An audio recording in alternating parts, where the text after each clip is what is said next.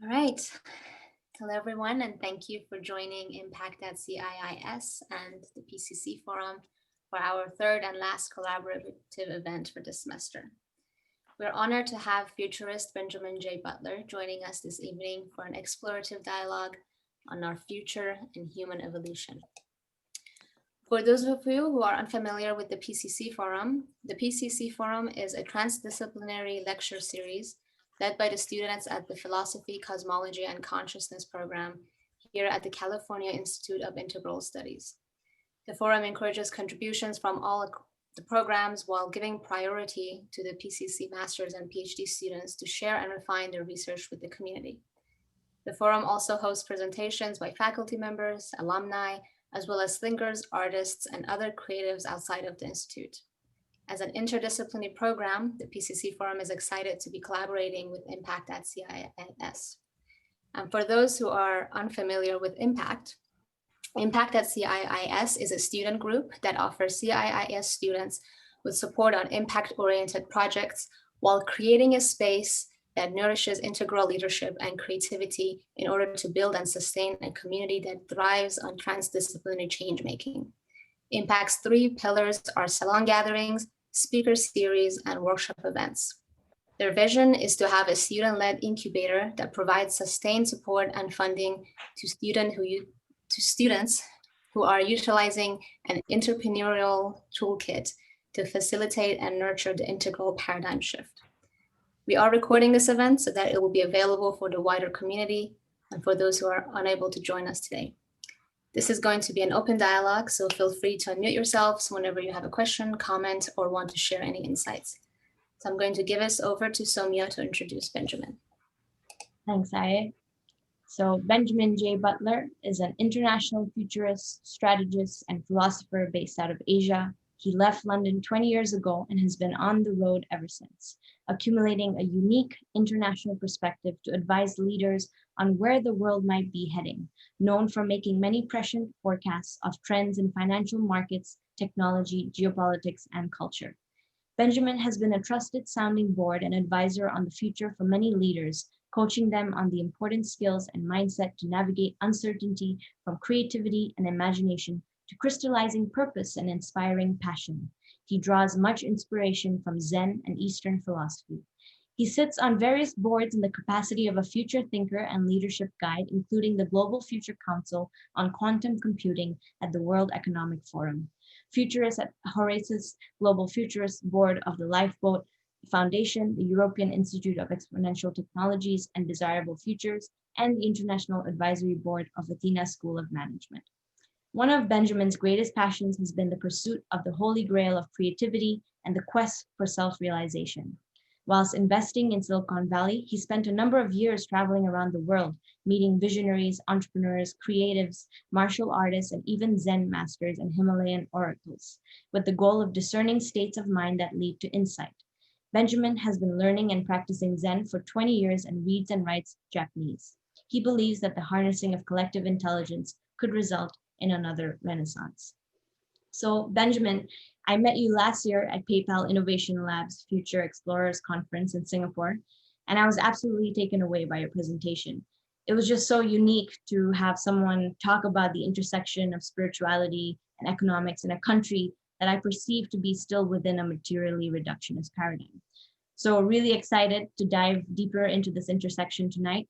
Why don't you start by telling us a little bit more about your background and what inspired you to become a futurist? Yeah, thank you. Well, I was pleasantly surprised to bump into you in Singapore and end up chatting with you in Japanese for a few moments, which was kind of fun. Just on that note, the world is changing, even in cities like Singapore. I think there is a huge yearning for deeper profundity in people's lives, even though people are still caught in the rat race and the sort of materialistic paradigm. That there is a thirst, I believe, and there's interesting stuff going on in Singapore, in all the financial cities of the world. My background, God, I hate listening to my own bio, but I always find that a little bit of a painful process, but I get excited when I start hearing about going on journeys and my 20 years wandering the planet. But basically, I was born and bred in the UK. I had a career in finance, as you know. Finance was actually really good for me. In not just material things, but I saw finance as almost a laboratory of human consciousness. So I had a slight unique pathway through my financial career, and I happened to have a few good early mentors. One had worked for George Soros and told me to look at cycles and history. So I went back through and looked at Western history through the prism of social trends and financial trends. And I started to see patterns in the affairs of humankind. And of course, it wasn't popular when I studied economics at university. It was like cycles were like a footnote, almost a laughable footnote. Oh, by the way, there are these crazy people that believe in long-term cycles, like Kondratiev, the Russian economist, who believed in 50-year cycles. And it's hilarious when I look back on it, because all the top investors and hedge fund managers I met in the world were always looking at cycles. And of course, business cycles are fairly well accepted, but we would look at all sorts of other long-term cycles. And I was telling you, Soumya, the other day that I even knew very reputable funds that were looking at astrology as well, not just Indians. It's kind of well known that, you know, in India you'll hear about investors using astrology, but even in the city of London and other financial centers around the world, some of them are looking at astrological trends. What else was I going to say? The second thing I learned in finance was, I guess, the power of the human mind. So George Soros wrote a book called Alchemy of Finance. And the subtitle of the book was Reading the Mind of the Markets. So I was like, what's this mind? And I got some simple instructions at the beginning of my career. I had different roles, but at one point I was supporting this sort of famous fund manager, and he was a bit upset that I'd been appointed his counterparty at this investment bank. Because I was young and clueless, and he wanted a veteran to help him out. And in the end, he said, "Well, look, kid, it's not your fault. If you follow some simple advice, then it could be useful for you, and it could be useful for me." He said, "So what I want you to do is each week speak to as many investors as you can, and just on a piece of paper, just jot down what their thinking process is. What are their themes? What are they thinking about?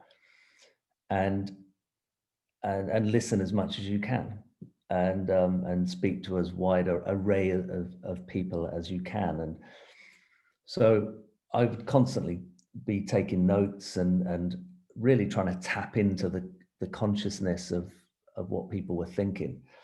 And of course, George Soros wrote about how if enough people think something, the price of an asset will move in that direction.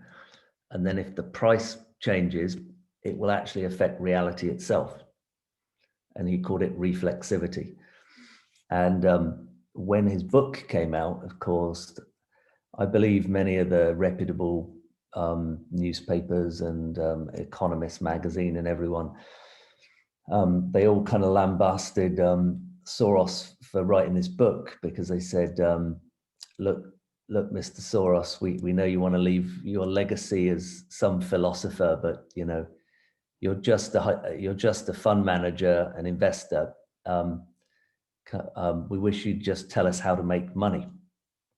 And of course, they missed the point that actually that's how he was able to make money, was to realize some of these deeper philosophical issues. So anyway, I say all that because it was a kind of a very bizarre way of coming into spirituality. It certainly helped me in my current career in looking at the future. But it was bizarre at the end of my finance career when I kind of got completely fed up. Not with finance, because I always felt that as a career, it was intellectually always stimulating, because there wasn't a book I couldn't pick up that didn't in some way relate to back to finance. Like, I mean, I read very widely, and at the moment I've just reread Donut Economics. I'm currently reading Restless Empire about Chinese history.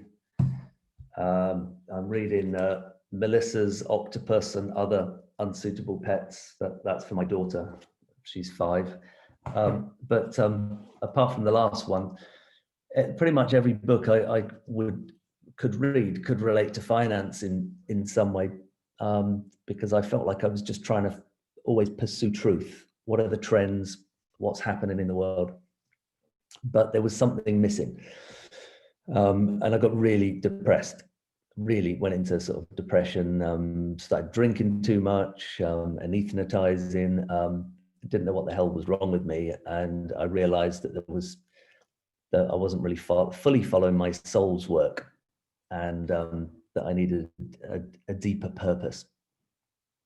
So I wouldn't say there's anything innately wrong with most careers. Perhaps I don't advise being a drug dealer or arms dealer, and there are a few companies I believe are not really helping the world. But I also believe if you have a deeper purpose, you can be in finance, you can be a barrister, a lawyer, or whatever, and you can do it in a noble way. And I don't recommend when people come to me in a similar space, they're going through a dark night of the soul. I don't necessarily say you have to quit your current job. It might just be that you do your current job in a more beautiful and profound way. In my case, I did have to take a step back. So that's when I got deeper. I was living, at the time I was living in, well, I'd moved out to Japan. I'd studied, like you said, I'd studied Japanese at university. I'd studied law, Japanese, economics. Worked in Tokyo, Hong Kong. In the end, I worked in a number of financial cities, but when I quit finance full time, I was living in Hong Kong, the Pearl of the Orient, as they used to call it. And that's when I got into venture capital. It was quite powerful at the time, getting deeper into, at the time, Zen, and then exploring lots of other forms of spirituality and mysticism. And at the same time, getting into the world of entrepreneurship, startups, Silicon Valley. And we could invest anywhere in the world, but I was investing primarily in the end in California. I was on the footsteps of,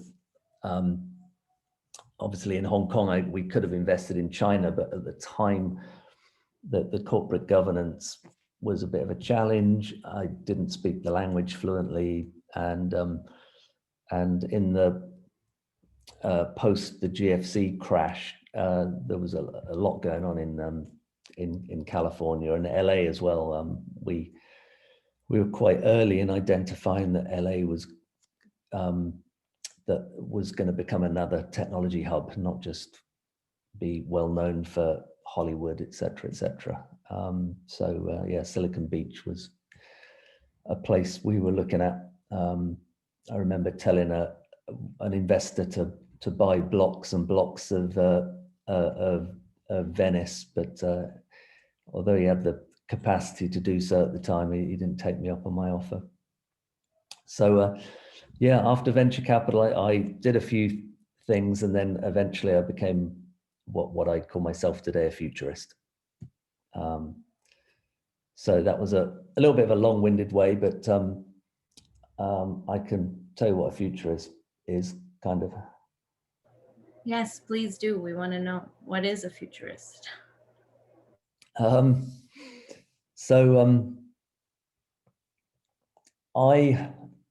In my case, I kind of awoken to the fact that I was a futurist, rather than saying, which is kind of more normal. Most people aspire to be something like, I want to be an economist, and then they go out and take relevant qualifications and stuff. I also quite like the bold approach of just reverse engineering it. So I am an economist. What do I need to do? Again, showing the power of the mind. And I always encourage people, if they want to shift careers, I think the younger generations are more open to doing this, but you know, certain, I guess it can afflict all of us. But anyway, we think we need to go out and get loads and loads of qualifications and et cetera, but we're now living in a world where we're interconnected, in an unprecedented way. You can learn online in a remarkable fashion, and the pace of change is so phenomenal that you can, if you put your mind to it, you can become almost an expert in so many fields in a matter of months, to a certain extent, in certain fields. I mean, if you take industries like blockchain, if you spent 24/7 studying blockchain for 6 months, because things are changing so quickly, you could actually be up there as almost a thought leader in 6 to 12 months if you're smart. So we're in a remarkably interesting period of human history. Whereas if you were born in an earlier generation, to become an expert in a field, you need 10 years experience. People wouldn't take you seriously if you didn't have 10, 15 years experience. So we're living in really interesting times. Anyway, for me,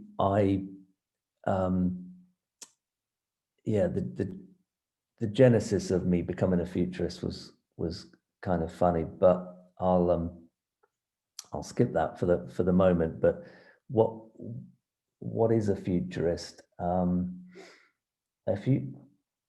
Of course, for thousands of years, and probably since the birth of civilization, some people think it was Mesopotamia. If you talk to people like Graham Hancock, then it was probably earlier. And if you talk to some people like Rudolf Steiner, if he was around today, they would say that civilization's been around for a hell of a lot longer than our textbooks suggest. I'm actually in that camp, by the way. But ever since civilization existed, people look forward to the future. You had philosophers, advisors to the kings, the queens, the emperors, empresses, to the village. The shaman was looking forward into the future. So I guess in a way the career has been around for a long time. You know, if you look at my own country, the genesis of like the British Empire, you know, of course, it's kind of controversial today about how much good it did, but the idea of the British Empire was came from a sort of a futurist called John Dee, who most British people don't even know who he is. He was an astrologer and an advisor to Queen Elizabeth, and he apparently had the most extensive library and esoteric library outside Oxford and Cambridge, and I guess he was an alchemist as well, but a very broad thinker, and looked to the future. In fact, I think he was Prospero the magician in Shakespeare's The Tempest. but of course most people don't know who he is today. But if you look at, and of course, like in ancient China, you had divination and the I Ching, and in India you have all sorts of folk that were looking to the future. But if you look at modern futures, they like to call it now, the genesis could have been H.G. Wells, when he made a famous talk at the Royal Institution in Mayfair, London. And I think it was called Discovery of the Future. And he said he'd written a series of articles forecasting things about the future. But he also said, and his voice got louder and louder over the decades, but he said that just like we have professors of history, we need professors of the future. And that there is a certain knowability of the future. But interestingly, also spoke about the two different types of minds, the subordinate mind, which accepted things as they were, but then the creative mind, the legislative mind, it's one of the words he used, that the mind that can create the future. And he alluded to that as well. And so some people mark him as one of the earliest, the sort of grandfather of modern day futures or futurism. And then I mean, I write about this in my book. There's a chapter, the history of the future. But essentially, you had some interesting thinking coming out of the US military, with the Rand Corporation down in Southern California and Santa Monica. There was a strategist, Herman Kahn, who started doing scenario analysis. And that was taken into the corporate world by Pierre Wack at Shell. And so he started introducing futures work and scenario work into Shell Corporation. So they avoided the harshest impact of the oil shock because of his work. And you can read about his work in Harvard Business Review. He writes an article. What was it called? There was a cool phrase. The reperception of, it was about reperception.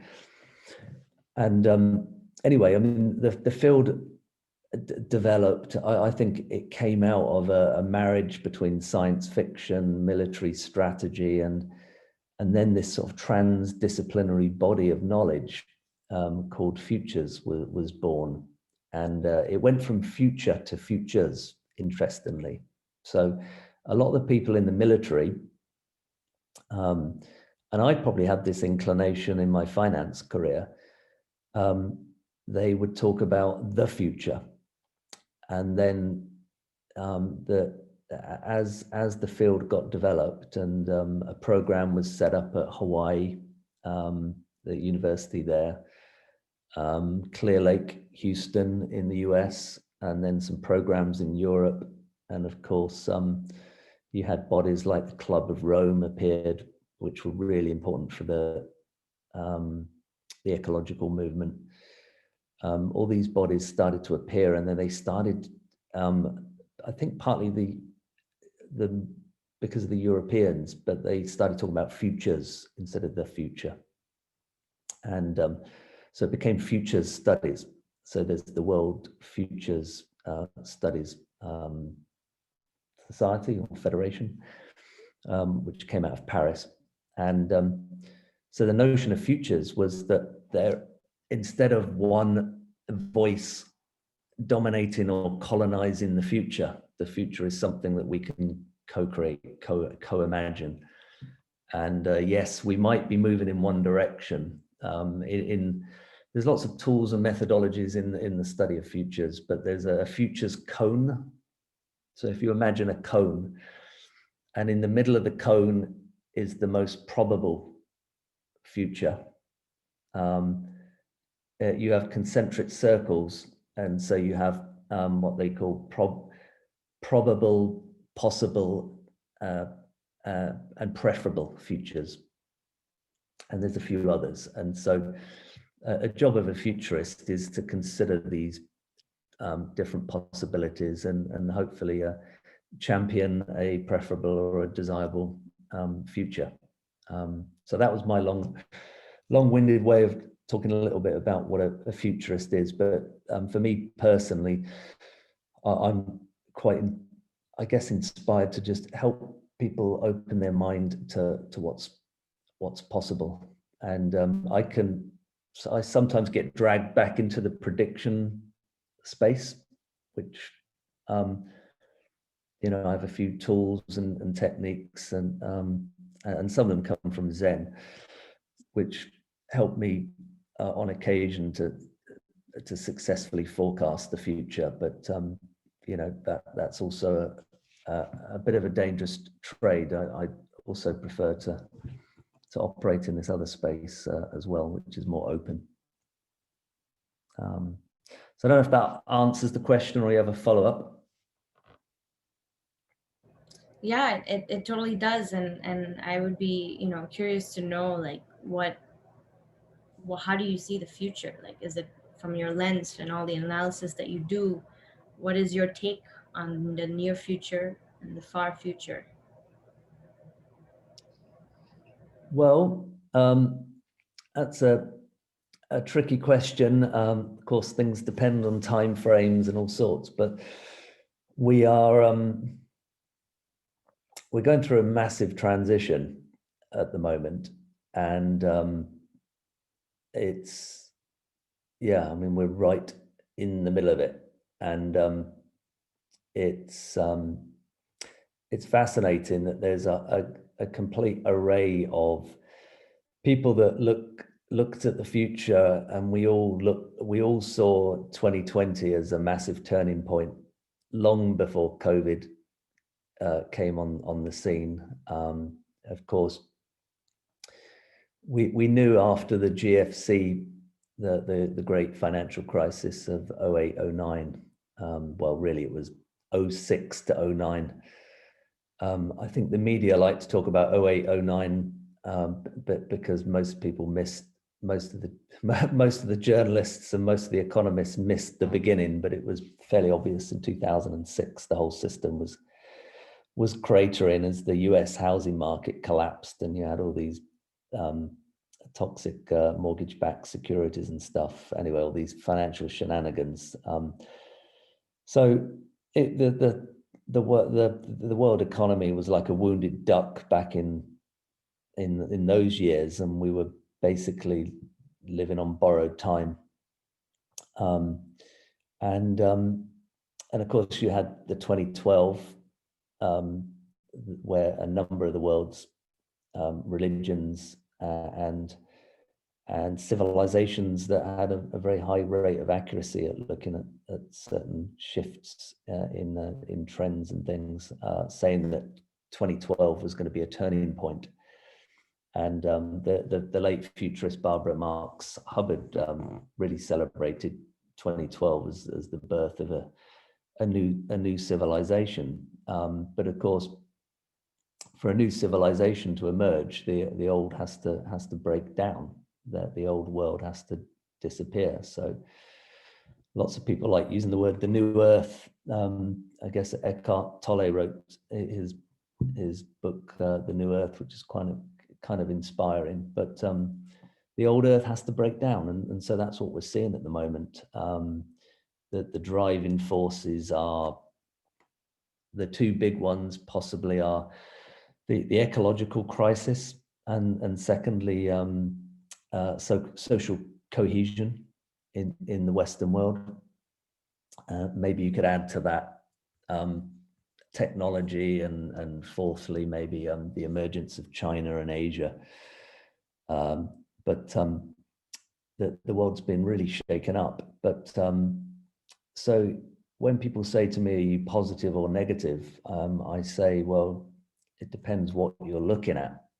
So if you're looking at an ecosystem, and in this like say, vibrant forest, you've got a bunch of old oak trees that are dying and crashing down. If you're looking at those oak trees, you could think the world's ending.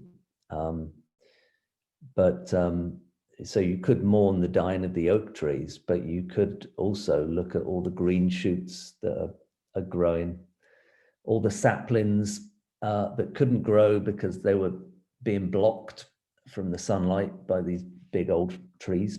And that's kind of where we are. So we're in some grand transition, which I'd characterize as the end of the industrial age and the birth of something new, which presumably will come up with a new word when the time is right. But it's not the fourth industrial revolution, as my colleagues at the World Economic Forum like to call it. The World Economic Forum does some interesting work, and I've got many great friends there, but the word industrial revolution bugs the hell out of me, because we don't need another industrial revolution. I had coffee with Fridtjof Capra in Berkeley in 2015, and actually I think on YouTube there's still a couple of conversations we had together. But I said to him, "What do you think of the fourth industrial revolution?" And he said, "I think it will be a disaster." That's not to say that the reason I'm picking up on that is because language is important. And yes, some of the stuff that World Economic Forum and the Chinese have been using that word as well. But yes, some of the technologies that the World Economic Forum's talking about, like that they think's under the umbrella of the fourth industrial revolution, are important. Robotics, AI, spatial computing, drone technology, all sorts. All of these technologies can be used for the greater good, and they're important. But to me, the paradigm is really important. The language is important. We need a new story. Industrial doesn't fit the world that's trying to emerge at the moment. It's to me, it's a very dead word, mechanistic. We need references to life, to biology, to ecology. So I think we're moving into an ecological civilization. I think I think Thomas Berry would say that we're living between two stories at the moment. And I think compared to when he was saying this several decades ago, we're much more evolved now in that. So the word I use is an ecological civilization. But I tell my technologist friends that doesn't mean it's just about being green. It's a lot more than that. It's about I guess at the deeper level, realizing that we belong to nature and nature doesn't belong to us, to use the words of Chief Seattle. It's that we're embedded in nature. The economy comes from nature. I mean, this is Donut Economics is a groundbreaking book, because when I was at university, I found it a pretty hopeless subject, apart from the sort of specialist ones, like when I studied the history of Japanese economy. That was fascinating and useful for my career. But a lot of the macroeconomic courses I thought were hopeless. But it's amazing how macroeconomics is being completely rethought, and donut economics is now being adopted by a number of countries in Holland, and I think the Prime Minister of Ireland also has embraced it. But this notion of an ecological civilization, I see it everywhere in the way we're thinking, in our new. If you look at the forefront of pretty much every field, to me, it seems ecological. So in technology, the new advanced technologies have attributes of decentralization, networks, self-organization. To me, that's nature. That's how nature operates.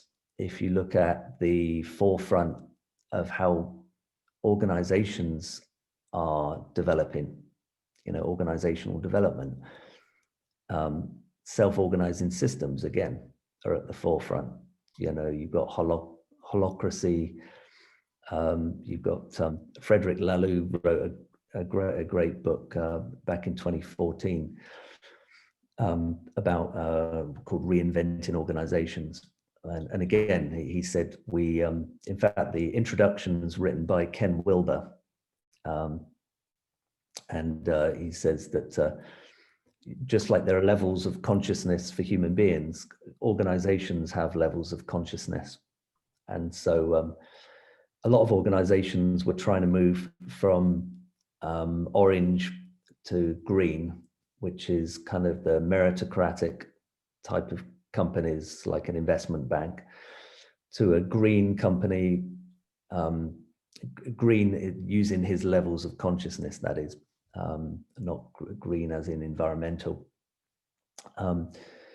Moving to this level of consciousness, which is the metaphor is like the family, and the focus of these companies is on some mission.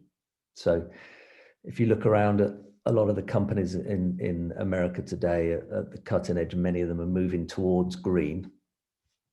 And then if you look at the really cutting edge companies, they're moving to the teal level, where the metaphor is more nature. So, yeah, I mean, I could go on about this, but to really answer your question, am I positive about the future? Yeah, I am.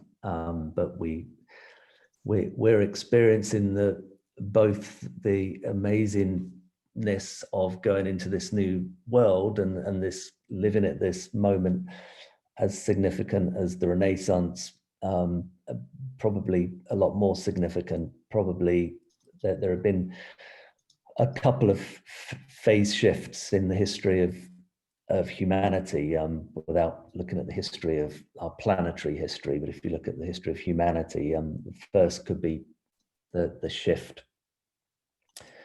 Could be the shift, the agricultural revolution and the birth of civilization, going from hunter-gatherers into cities, and the birth of, I guess, the written language. And then secondly, would be the Industrial Revolution, and where we began in the UK with Thomas Newcomen in 1712 in Dartmouth, discovering that we could harness the power of the, I guess, the old energy of the sun through coal and the steam engine, and to borrow an idea from physics, you have like phase transitions, like from water to steam, and I think we're going through one of those. But it's going to be a hell of a turbulent path. I mean, I predicted that the UK would go through Brexit and leave the European Union, that Donald Trump would be elected in the United States, that there would be a constitutional crisis in America, that there would be possibly revolutions and coups d'etats, that borders could change, that we'd have trouble with pandemics, we'd have further economic crises along the way, but in the midst of that, a huge amount of hope. And whilst all this volatility is happening, you've got people out there building this new world. Sorry, my answers, I don't know if they're too long-winded. No, they're great. Thank you so much, Benjamin. And I have a follow-up question on something you just mentioned about the ecological civilization that we're heading into. I mean, as someone who comes from a financial background, I'm wondering what role you think finance will play in this ecological civilization. And my second question is related to money. And philosophically speaking, I would love to know, what is money to you, and how can we change our relationship to it so that it doesn't seem uh, like, you know we have to be in conflict with it. How can we not be in conflict with money? Okay, two tough questions, but good questions. I'll start off with the easier one, which is the individual. I think that if you focus on your life purpose, and what your soul yearns to do whilst you're in this life, it generally will be something that gives you great joy, but also in service of greater humanity. I remember asking, so Bill Plotkin is a wonderful Vision Quest guide, and I guess a mentor of mine in a sense. I've done some work with him, and he likes to talk about the mythopoetic identity that everyone has. And so I'm going off on a little bit of a tangent, but I am answering your question on money. But and so I've led vision quests as well, where the goal is to find one's mythopoetic identity. What is your soul's work? And I think if you focus on that deeper stuff, you'll find your niche within humanity. Because I remember asking him once, so what do you define soul as? And he said, oh, it's your ecological niche. And at first I thought, that's a really strange answer, an ecological niche. I thought he was going to say something a bit more poetic, because his books are very poetically written. He's inspired by the romantic poets, and he likes Carl Jung and all these guys as well, but he has a very poetic way of writing, and he said an ecological niche. And I thought about it for a long time, and I thought, well, actually that's true. We all have a place in this world, a unique place, and if we sing our song, or sing the music that's within us, to borrow a term from Wayne Dyer, the money will flow in, resources will flow in, people will support you. And my relationship with money is very, very much shifted. Of course, in finance, it's very easy to make, or any career, make money the goal.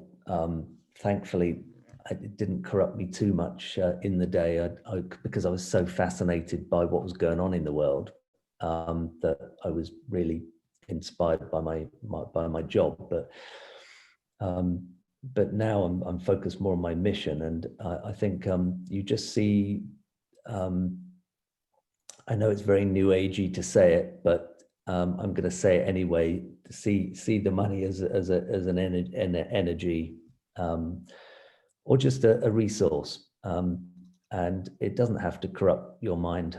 I read a great book by what was it?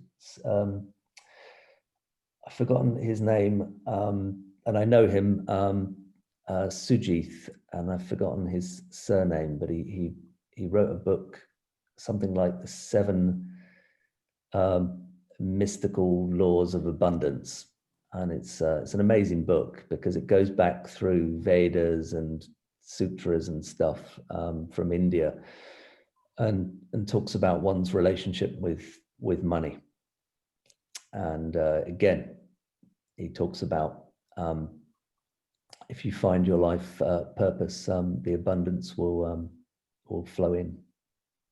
I don't know if that answers. I mean, I know it's a really tough time at the moment. I appreciate that with COVID. I mean, all my public talks got cancelled. I got slammed by the whole thing. And I know it's a tough time, but it's tough waking up in the morning focused only on money. I really believe if you find your life purpose, you've got 300% more energy and vitality to get out and do things. And of course, the demographics are such, the younger and younger generations are demanding meaning and purpose in the workplace. So you're more likely to find your tribe. Money might disappear, who knows? If we become a Star Trek type civilization, with we might take one step towards that with universal basic income. That will enable people to at least have the basics covered. So then you don't have to freak out that you're going to become homeless, that at least you can have food, shelter, and medicine. That could be a good stepping stone to some sort of more advanced civilization. Has to be done intelligently because governments often are corrupt, and an authoritarian government could easily switch off your universal basic income if you weren't politically correct, which would be a disaster. So it would, if they introduce it, it has to be like a constitutional right, and it can't be sort of switched off. And the question was about what was the second question about where do I think the system is going? The role of finance in an ecological civilization. Yeah, I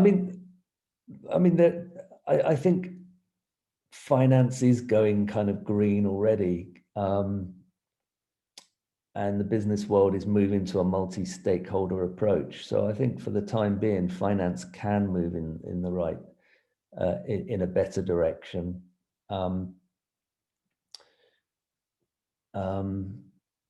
What else can I add? The system has to be reformed, clearly. I would abolish central banks, for example, because I think we've just been debasing the value of the currencies, and we just keep getting more and more into debt. So we need a new Bretton Woods for the 21st century. So finance can exist, but since the 1980s, I think Thatcher and Reagan did lots of good things, and I think they had good intentions, but we've seen a globalization and a financialization of the world economy. And I think when finance is at the forefront and dominates everything, that's a problem. It should be in support of other industries. So when I was in finance in 2007, I was looking at the composition of the S&P 500, and I think it was about 60 to 70% of the earnings of the S&P 500, that the biggest stocks in the US, all came from finance and oil and gas industry. And I thought that was insane, absolutely insane. Of course, it's not there. It's not like that today, but I think we need a lot more smaller companies that are competing against each other with probably different mission statements. And then, of course, you've got blockchain and Bitcoin. And I think these decentralized technologies could be hugely empowering for the individual in terms of transparency, but also privacy, and Bitcoin. Who knows? Is that going to become the new global currency in a couple of decades' time? Because it's not going to be the dollar, that's for sure. Many people speculate it's going to be the IMF's currency that already has a currency, which is a basket of currencies. Some people think that's going to be the new global reserve currency, but I think it's still insane in an age where I can instantaneously message you or have a video call with you, and I can have so much interconnection with people around the planet that it can take me days to send a wire transfer from the UK to Hong Kong. And the fees that I have to pay are insane. So that needs to change.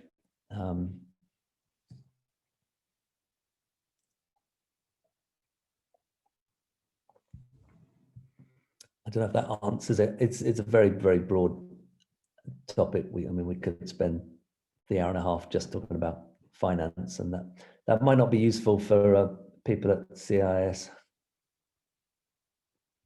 Well, you never know, but it was always really interesting to talk about that intersection of finance and evolution. I don't know, if you have any questions, or if anyone else has any questions for Benjamin.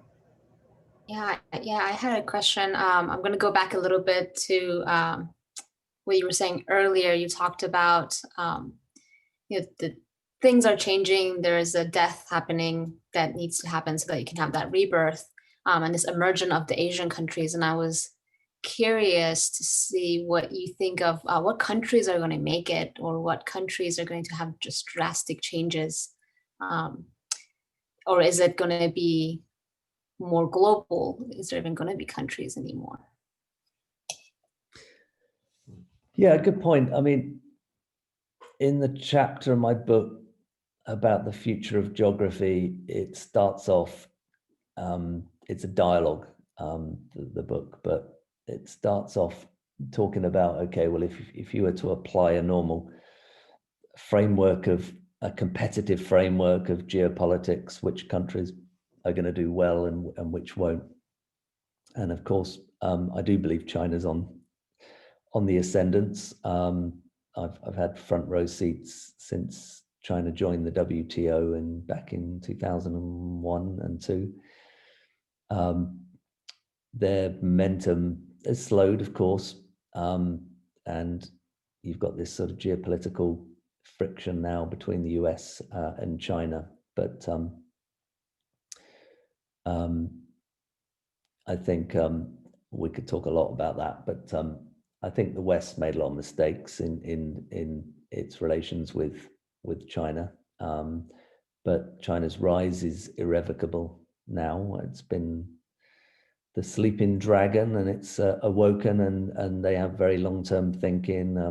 In our quantum group at the World Economic Forum, we were chatting the other day about how they have visions out to 2080 on quantum technology and warp speed drives and all sorts of crazy sci-fi like technologies, and they imagine it and then backcast it, and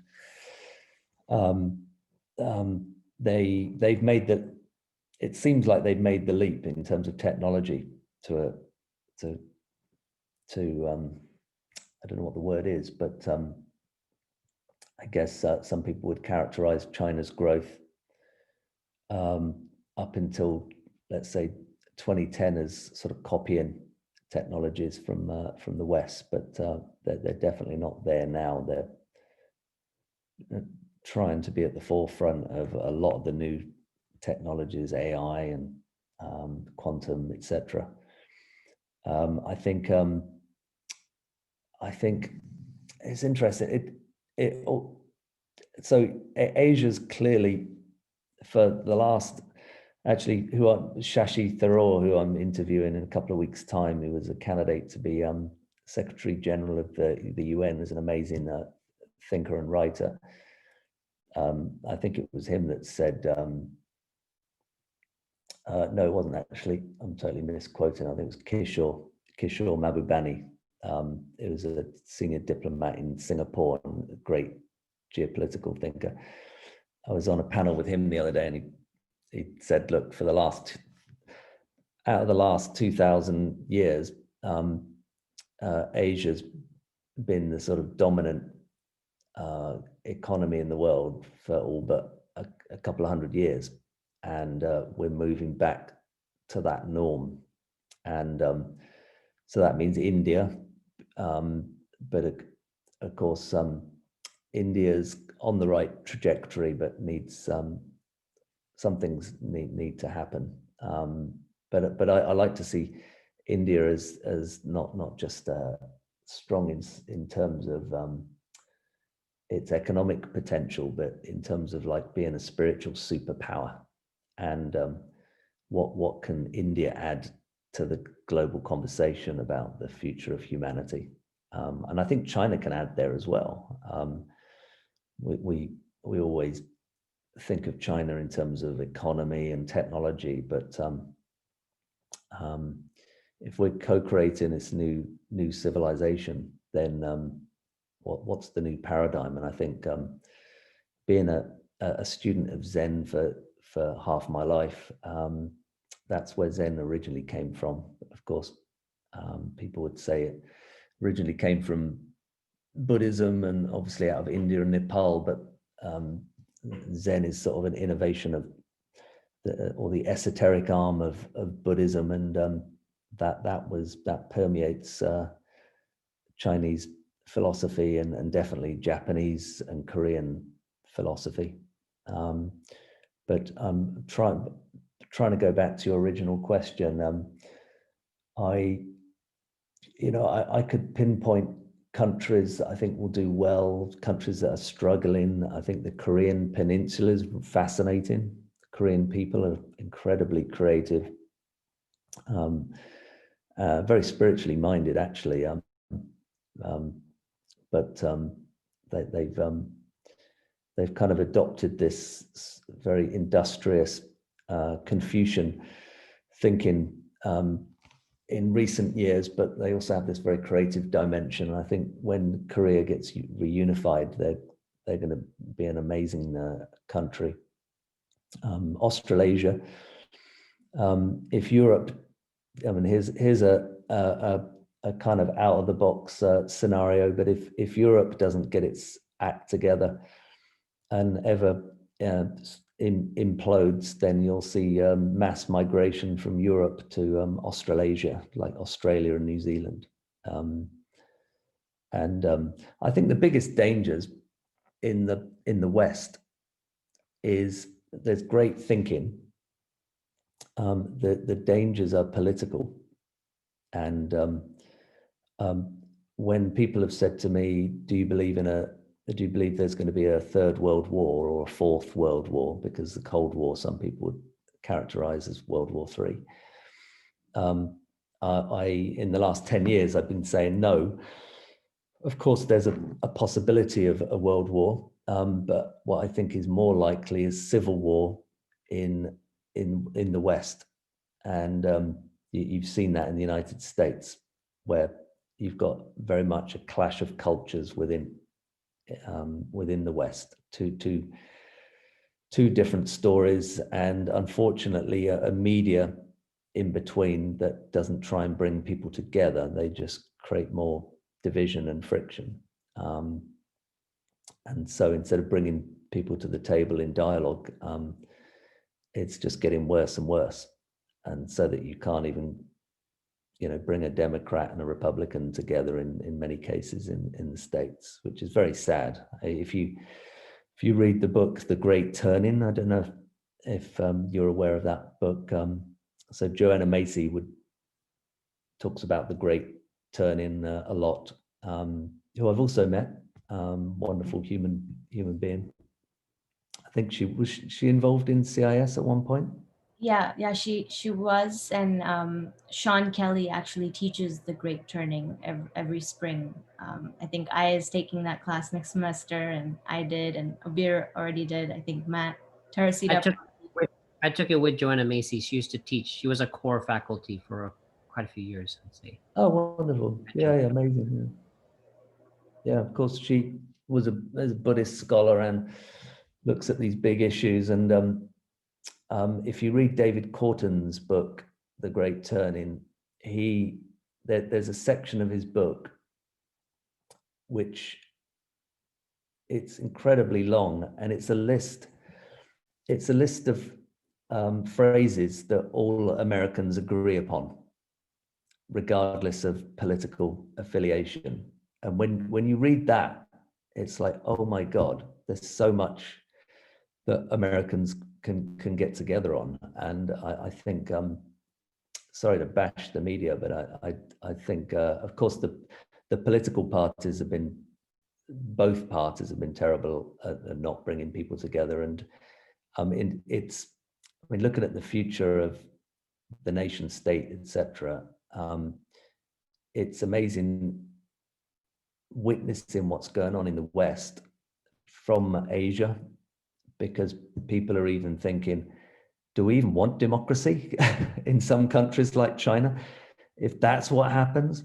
And of course, I don't think what we have in many nations, and I don't want to just bash the US. I mean, I love the US. I love spending time in the US, and I've thought about moving out there many times. The UK has a huge problem as well. We don't really have a full democracy. That's part of the problem. We have politicians that are their primary concern has to be the benefactors that write the checks to them, whether that's Wall Street, the military industrial complex, whatever you want to call it. So we don't really have a democracy, and then you have a completely inept mainstream media. Of course, now with the internet, you can get access to amazing information through blogs and individual tweets and stuff. But going back to your question, I also see the rebirth of the Silk Roads and Eurasia as something which is quite encouraging. And if you look at the new technologies like Hyperloop, where the Rand Corporation came up with the idea, and then Elon Musk popularized it. And of course, he was already doing so many things, he couldn't start a company, but a couple of companies ran with the paper that Elon Musk wrote. And I think there was a test case of the Hyperloop operating in Korea last week at 1,000 kilometers per hour. And so it's fascinating how you could have these high-speed trains going across the continent of Eurasia. And people, my generation, we didn't really talk about Eurasia, but that word is coming back. I mean, think how big that supercontinent is. It's almost like Pangaea. The Chinese, of course, have been talking about the Silk Roads, and the Russians have always wanted to talk about Eurasia because they span Europe on one hand with St. Petersburg and Vladivostok, which is part of Asia on the other. So Eurasia's coming back, that's for sure. Will the nation state disappear? I mean, I did an interview with a friend at is it BitNation? BitNation, and we were talking about the nation state being in its death throes. And of course, you look at nationalism in Europe and the US in the last few years, and you might say, well, the nation state is making a massive comeback. But if you go back to my it's a hope and it's a prediction that we're shifting to an ecological civilization. And it's one of my forecasts that I know I'm going to be right, because of one simple fact. If I'm not right, then Stephen Hawking and all these others will be right. The human race will go extinct. So, well, in a way, we don't have a choice.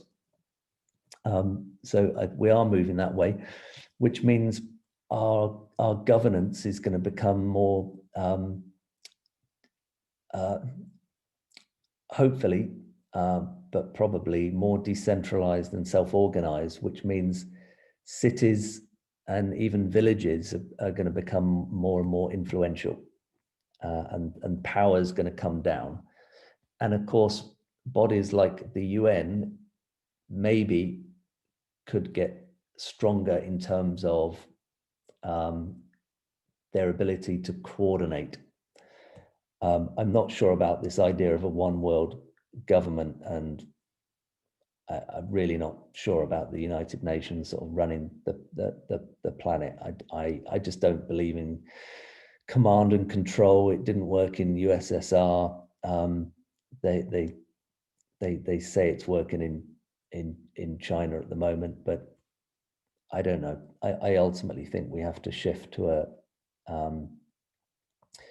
a greater democracy, really, bringing power back down to the people. It's really inspiring, actually, if you read about towns around the world that have taken back power. So in the UK, there was a little village in Somerset, I say village, town, not far from my parents' home, Frome. And there's a book written by the mayor of the town about what happened, a book called Flat Pack Democracy. And essentially there was 11, 12 councillors up for election, and a group of independents came in that weren't affiliated with any political party. And they kicked out all of the those affiliated with the three major UK parties. And they really brought in the whole town to co-create and co-imagine what their new town would look like. And they did some amazing things. I showed up at a Californian friend of mine who actually did a lot of work with Joanna Macy. She got so inspired by it, she went and camped out there for 3 or 4 months over the summer a few years ago, and invited me there, and I went to some event. I can't remember what it was, some summer event, and there was some play and all sorts going on, and there was such a vibrant community feel, and people felt empowered to change things. So I think that's the future. But I'm interested to be interviewing Shashi Tharoor in a couple of weeks' time, because he was he could have been Secretary General of the United Nations, and the conspiracy theory is that he didn't win it. In fact, even though he was a friend of the United States, the US vetoed him. So I don't know who that would have been. 2009, would that have been Obama? It was probably Obama, actually. But anyway, he got vetoed. But the conspiracy is that he was too strong a leader, too charismatic and too strong a leader to be Secretary General of the UN, because the big nations don't like a strong leader at the UN. And Kishore Mahbubani was complaining about that on a panel that we did the other day. So I don't know if that kind of answers the question, but yeah, I think it's not. For years we lived under empires, and then it became the nation state after Westphalia, and there's going to be something different going forwards. And I have faith in biomimicry and evolution. So I think fast forward 100 years, we're going to start looking a little bit more like the ants and the termites, and the way ecology grows. I mean, think also, like, the biggest revolution in let's call it making or manufacturing, really, since the dawn of humankind. Think about 2001 Space Odyssey. You know, at the beginning of the first scene is the dawn of man, and we discover our first tool. And you know, we have these tools, and how do we make our tools? We take a lump of a material and we chop bits off it. That's how we've been making things. Of course, we've got advanced machinery now, and we've got advanced forms of energy, and we've had the Industrial Revolution, but we still chop bits off a lump of something until additive printing, 3D printing. It's the first time. It's like the replicator, is it, in Star Trek? But essentially, we're creating something inside out. So the same way that a tree grows. To me, that's absolutely astonishing and fascinating, and things like that. I'm not one of these techno optimists, but that's one of those technologies that can be hugely efficient compared to all the waste of chopping bits off. But philosophically, it's fascinating to me because again, it just confirms that we're moving closer to nature. So it's the same answer for the future of the nation state and the question you asked, Aya. Thank you, Benjamin. I know we're coming close to 7:30 now, so I just want to make sure that if anyone else has a question for Benjamin, please go ahead and ask. Yeah, I have a question. Ben, I really appreciated your talk, and I think in terms of certainly what I know about well, you mentioned reverse engineering the future, which I thought was interesting, and I was just curious if you might spend some time talking about that process as you see it, and maybe some of the not only politics and ethics behind it, but also maybe the aesthetic dimension of kind of what you are trying or would like to, or there's a dismal possibility if sort of all of this goes south, but then there's sort of predicting the future because you're sort of building it in the present, and so I'm wondering how you speak to that, and some of that alchemy and where you're maybe going for that. Yeah, thanks, Matt. Yeah, I mean, like I said towards the beginning, there's a little bit of a tug of war between forecasting and predicting the future, and then creating the future. And in a way, I think on my website, I've got my alternative resume, where there's a little bit of my life story. And it's like in my own life, I go through phases where there's the phase of, in finance, I was just trying to predict the future. And then I started investing in California startups, and I'm trying to create the future. And now I'm back in the middle, I believe, in looking at both. And when I talk to, I coach a lot of leaders who are, I think, are artisans of the future. I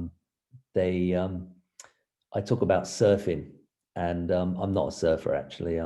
I already had a heavy addiction to skiing and snow sports, and sometimes that hobby would take up 2/3 of my year because I'd go skiing every single weekend, and then I'd be living in the Northern Hemisphere, and then we'd go into the summer, and I'd fly into the Southern Hemisphere and go skiing in New Zealand or South America. And I thought if I took up surfing as well, then I'd be totally screwed, and I wouldn't have a career because I'd just become a snow bum and a ski and a surfer. But it's a sport I imagine I'd get completely hooked on.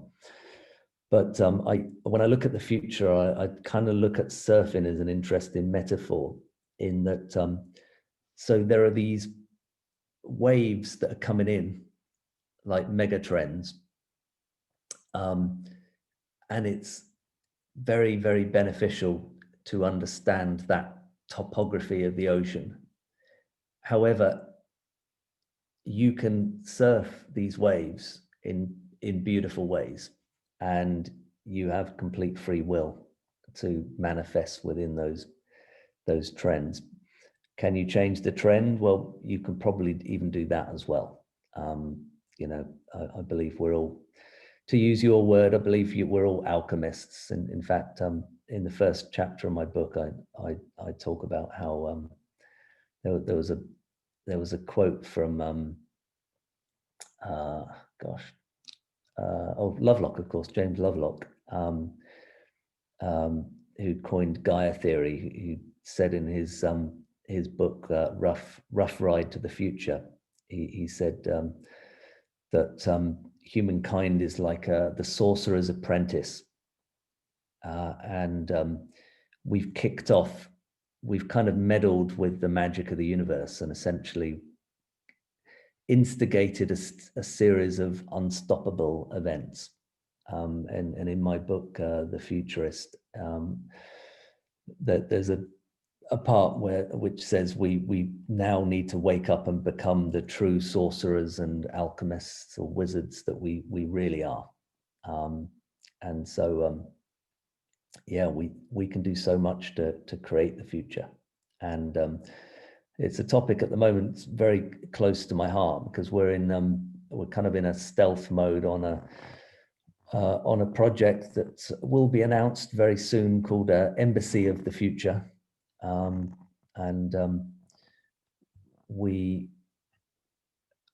We're doing something where we want to encourage sort of these artisans of the future, and I think we're all potential artisans of the future. So I don't know if that answers the question, but there was a futurist, Barbara Marx Hubbard, who I never got to meet, but we have had many mutual friends. She passed away sadly in 2019, but she was an interesting person to read. She wrote a book called Conscious Evolution, and I think she was the first woman to get. Did she get? I don't know whether she won.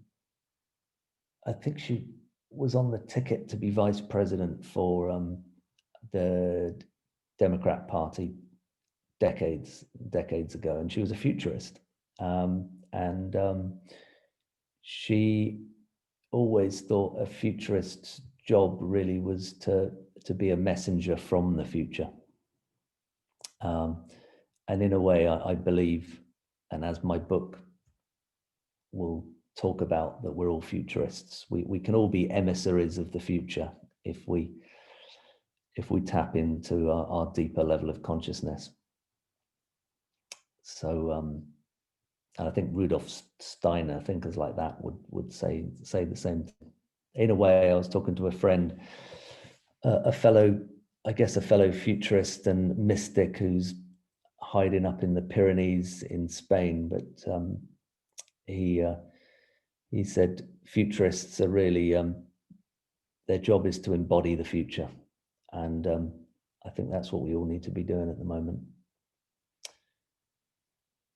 But I'm still good to do another 10 minutes if you have any last questions, Soumya. Yeah, I just want to make sure anyone else doesn't have any questions for Benjamin.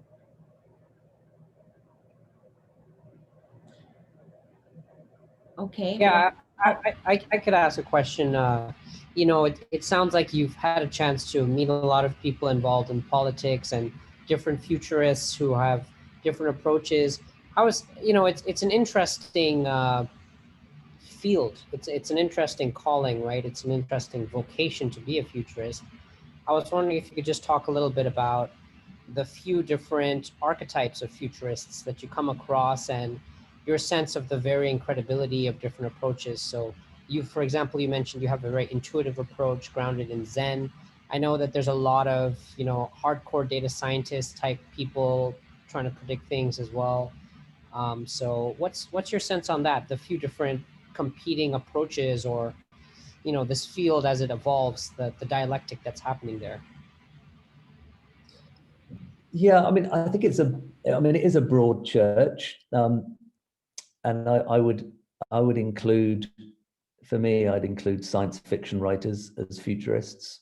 I think it's a very useful trade for someone to open their mind and look at the future in a quite holistic manner, because you have to imagine what life is going to be like, rather than just imagine one narrow area of life. And it's amazing how many science fiction writers actually have been actually very useful in even predicting the future, but at least opening people's minds to some of the important debates and dilemmas, like today, artificial intelligence, and the huge benefits of it, but also the dangers, the real dangers of AI if we get to sort of super AI and it's unleashed. But so I'd include science fiction. There's, I mean, a lot of futurists nowadays don't like the idea that their job is to just predict. So a lot of the work that came out of the military and out of places like RAND, etc., originally was all about prediction. And there's still lots of people out there. There's obviously the Tetlock, and he wrote this book called Super Forecasters. So there's a lot of people out there that want to forecast the future, and I can easily fall into that trap, shall I say, because in a way it's useful. At the same time, I just remember being in the audience at Singularity University at a global summit there, and I've got a few friends involved in the Singularity University, and a very good friend of mine that founded the European side of it. And I remember just on this occasion, I wasn't a speaker. I was in the audience, and I was just sitting there, and guys like Ray Kurzweil, Peter Diamandis were talking, and all these other folk. And it was kind of weird being told, this is the future, get with the program. And then I'd looked around and I saw all these corporate sponsors on the sides, and I thought, oh my God, I'm feeling actually a little bit disempowered by this, being told what the future is. It's already been colonized by a bunch of people. And so I think the field of prediction is an interesting space. I do it. I dabble with the dark art of prediction, but I also think there's a danger to it. And so many futurists, talking about the different types of futurists, there's almost a unanimous agreement that it's futures, not future. And so the best futurists look at scenarios, look at possibilities and preferable futures. One guy to look up is Jim Detour, out of the University in Hawaii. But he's an influential futurist in terms of future studies in the United States, and he very much was part of the movement from the future to futures. And a lot of the European futurists, because, I mean, think about climate change and the ecological crisis. There's a whole bunch of very dark predictions. And then what do? You just accept that, or do we try and change the future? And so the Club of Rome, where I think I have one friend who's still there, Club of Rome famously wrote the Limits to Growth report, which folk like Joanna Macy and many others would point as a major book in the history of humanity in terms of warning about the end of the industrial era, well, warning that the industrial era will kill us and our planet. These guys, they did use some predictions and analysis, predictive tools, but they also presented an alternative future. But I can talk to you more a bit offline about some tools for prediction. But yeah, there are with AI now and the ability to just soak up so much data, it does give us a lot more ability to foresee certain trends. I give you an example. I would often just walk into the bookstores, and I have an amazing ability now to just scan entire bookstores and see the subtle shifts in nuance of which books, which genres of books are selling better, the new books, what's coming out, how are things shifting. And of course with Amazon, so I used to do this before Amazon. Amazon comes along. I still go to bookstores because I like, I like the tangible relationship with the book, but I can go on Amazon now and look at lots of lists of bestsellers and things, and it gives me a little bit of a feel for where consciousness is going and what the trends are. I also have a friend where we went to he goes every year. He's been going for like 24 years, but he's been going to the Rotterdam Film Festival, and for 10 days just watches films, 4 to 5 films a day, just to absorb what's the zeitgeist. And of course now with artificial intelligence, you can suck up so much data and find trends and use it for predictive tools and memes, what words are starting to circulate. I mean, I predicted that the word the futurists you'd see the word futurist more and more, and I'm seeing loads more futurists now, just because I thought things are going to change so much, and that Alvin Toffler, the futurist who wrote Future Shock, was going to be right, that we're all going to get, as the pace of change accelerated, we were going to get more shocked by the future in a way, and that there'd be more interest in the future and futurists. Yeah, there's all sorts of technologies now, and of course, as you know, in the finance field, there's a whole bunch of companies like Renaissance with algorithms. But I still believe that the human mind is incredibly powerful. I mean, this comes back to a point I like to make to audiences, that AI is not going to come along and replace us, that we have this immense capacity for creativity and intuition. And yes, you can argue that that DeepMind beating the world's greatest player of Go, which was regarded as a somewhat intuitive game, could be the death knell for humans in the workplace. But I tend to completely disagree. I think in a way the beauty about, I sometimes joke about people freaking out about the robots are coming, we're all going to lose our jobs and stuff, but actually, how do you compete with robots? You don't become more like a robot, you become more like a human. And so the amazing thing about the AI revolution is actually it's going to push us into becoming more human, which again is escaping from the industrial mindset and being cogs in a wheel.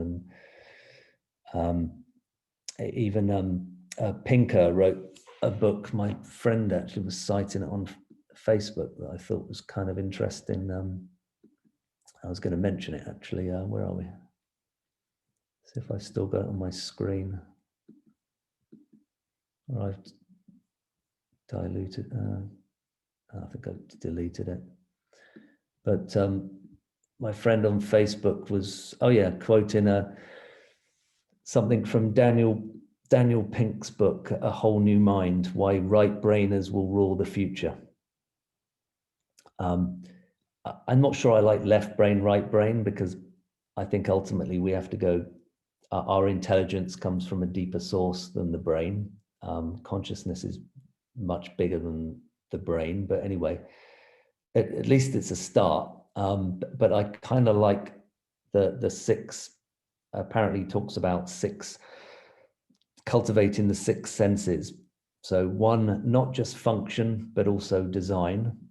2, not just argument, but also story. 3, not just focus, but also symphony. 4, not just logic, but also empathy. 5, not just seriousness, but also play. And 6, not just accumulation, but also meaning. And he called the first approach L-directed thinking, and the second approach R-directed thinking. Of course, people at CIIS will know that it's not just about thinking, that there are forms of intelligence that are vastly more powerful than the cognitive. So I'm on the same page with Carl Jung, that talked about the 4 ways of knowing. I've always believed that we have multiple intelligence, from like bodily intelligence to spiritual intelligence. And I was listening to an interview with between Michael Murphy, the founder of Esalen, and Ken Wilber the other day, and how Michael Murphy went back through history and started looking at what people would call as paranormal experiences. And he doesn't like to call them paranormal, because by calling them paranormal, we're saying that these are the rare exceptions, but actually they're kind of normal. We just forgot how to do them. But if you look at all these different fields, whether it's sportsmen or Tibetan monks who can meditate in the snow and melt the snow around them, and I think I was telling Soumya the other day that I know how to do that. I mean, sitting on this Zoom call, I seem pretty normal, I think, but it's a technique that we can all learn. So I think what's exciting is that we're going back and remembering that we have all these amazing gifts that have been dormant inside us. I think Rudolf Steiner would talk about this sort of slumbering faculties and intelligence that have been laying dormant within us. And to me, I've never thought of it as paranormal, perhaps because of all my weird experiences up in the Himalayas and the Korean mountains. I've seen a lot of interesting things over the years, but and of course precognitive experiences we didn't really touch upon, but I think a lot of academic futurists wouldn't really want to go there in talking about precognitive experiences, but that I think is a reality. I've had it. I've had moments where I've absolutely had a glimpse of the future, and it's happened. I think perhaps when I predicted a couple of things like Donald Trump becoming a US president, it came from a precog experience I had. And of course, I was already looking at data and doing my traditional analysis at the same time. But I think that's very exciting about the age in which we live, that people are, I think just 10, 20 years ago, they would have kept some of this stuff to themselves, but now people are more widely talking about not just mindfulness, but their CEOs of companies are flying down to South America and doing ayahuasca and having experiences, and other people are tapping into their like I say, what some people would regard as paranormal experience. So we're at a fascinating time, and I always like to argue with AI researchers, and when they say that AI is going to replace humans in all these different fields, I say, well, you're assuming that human intelligence remains static, and I think that's a load of baloney. I think that humans are at the, I guess, the tip of the spear of evolution, and so we are evolving, and it doesn't mean to say we've not made a few mistakes since the Industrial Revolution, but I like to think that we're on an individual odyssey, and we're also on a collective odyssey. And I'm a big fan of Joseph Campbell and the hero's journey, and my whole life. It gives me goosebumps just talking about the Odyssey, because I think you look at all the best movies, the best-selling books in history, they all involve the Odyssey. You look at take out the Bible, and the best-selling books are like The Alchemist by Paulo Coelho, Lord of the Rings. Go through the lists. It's fascinating how it inspires us so much, but because of the way society has been for so long, we're fearful of breaking the norms and going out onto our odysseys. So instead, we seek stability in our life, but you know deep inside your heart and soul that you want to go out and do something, and that's why I think that human beings are, I guess, we're part of evolution. We are. What did Barbara Marx Hubbard would say? We're all the universe incarnate. We're the universe incarnate, and our job is really to promote evolution and be creative. I don't know. Do you guys study Teilhard de Chardin? Teilhard, yeah, he's one of them. Yeah, I mean, Led to Barry and that Brian Swim lineage.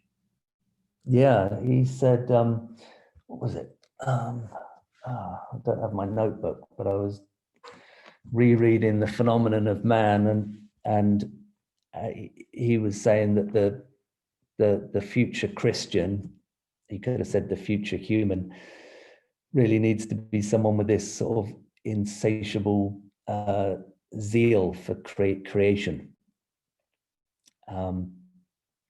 And we do have that. It was funny when I had my life crisis, my dark night of the soul. I intuitively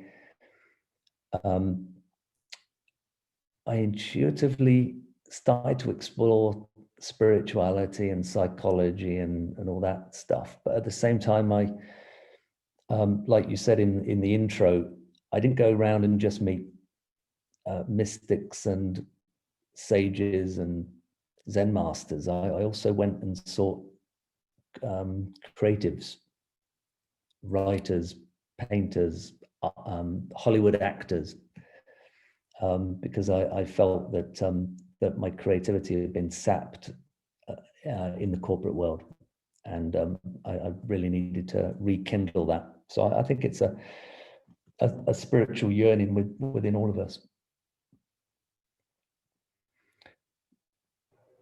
Well, thank you so much, Benjamin. This was really quite a dialogue, and learned a lot about what it means to be a futurist. And just before we end, I thought maybe you could let everyone know maybe when your book is coming out, what's the title of the book, and just so we know.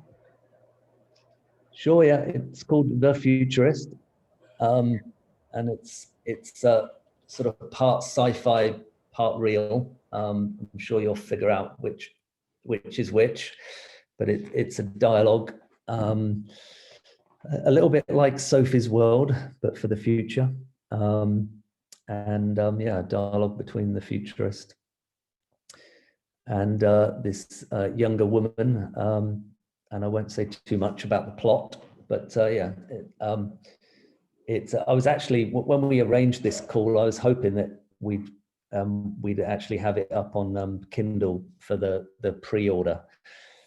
But you know, books take a life of their own. Certain things I've had to rethink or explore more. So, yeah, I mean, if you follow my blog, if you just go on my website, benjaminjbutler.com, you can input your email address, and I don't send out that many blogs. I would like to send out more, but there'll be updates there when it comes out.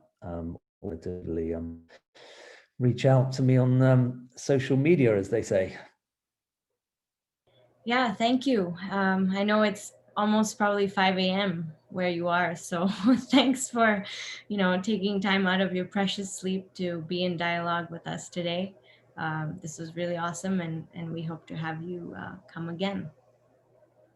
No worries. Yeah, it was a first experience to do it 3 a.m. to 5 a.m. and yeah, there was a time where I was waking up at 3:40 a.m.